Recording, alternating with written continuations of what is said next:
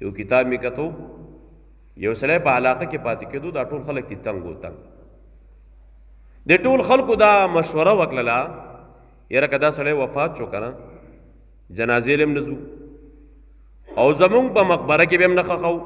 او خدمت ته به هم نه ودرېږو دې ټولو دا مشوره وکړله او د هغه بچي ته وله دا خبر ولېږو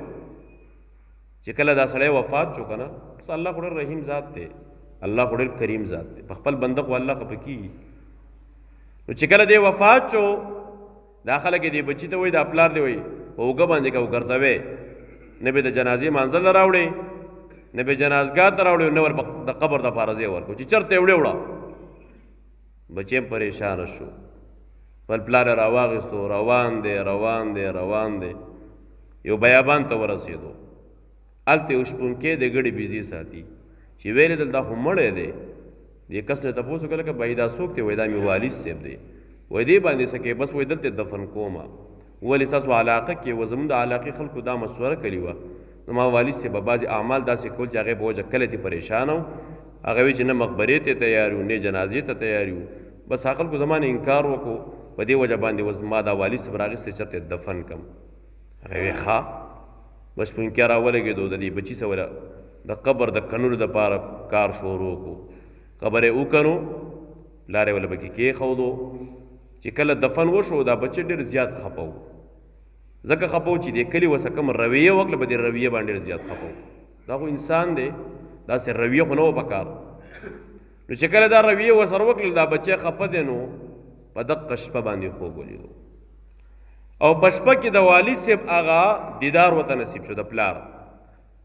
یې په ډېر شین باغ کې دی او ډېر زیات خوشحاله دی دې تپوس وکړه باجانه زه خو ډېر زیات یې رېدم په دنیا کې دم دقه حال و ما وی چې آخرت کې به ستا څه حالي وایي ما ته وی چې بچیه په دوو خبرو مې رب العالمین مغفرت وکړو په څو خبرو په دوو خبرو مې الله مغفرت وکړو وایي ما ته تپوس وکړو چې هغه کومې خبرې وې وایي اولنۍ خبره دا وه چې کله مخلوق په ما رحم ونه کړو که نه نو خالق را باندې رحم وکړو مخلوق خو زما سره دا رویه وکړه خالق را باندې خفه شو الله ته پیدا کړی چې الله پیدا کړی قسم په الله که د ټولې دنیا د عالمي طاقت او صفر طاقت ټول لاجم شي یو ګوډ ماشه یو پیدا کی نشي پیدا کولی د دې مخلوق په دې عمل باندې الله خفه شو د خالق رحم راغی دویم دا کم شپونکي چې تا سره کار وکړو دې شپونکي هم ډېر خفه شو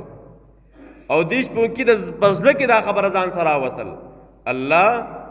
که دا سړی په ژوندانه کې زما میلمه وی نو ما بوله یو چیلې یا دوه چیلې حلال کړي رب العالمین ګوره ستا میلمه دی خیال یې وساته زما عزتمندو دعا به غواړو دعا کې به د ټول امت دپاره دعا غواړي او انتهایی عاجزۍ سره به یې غواړي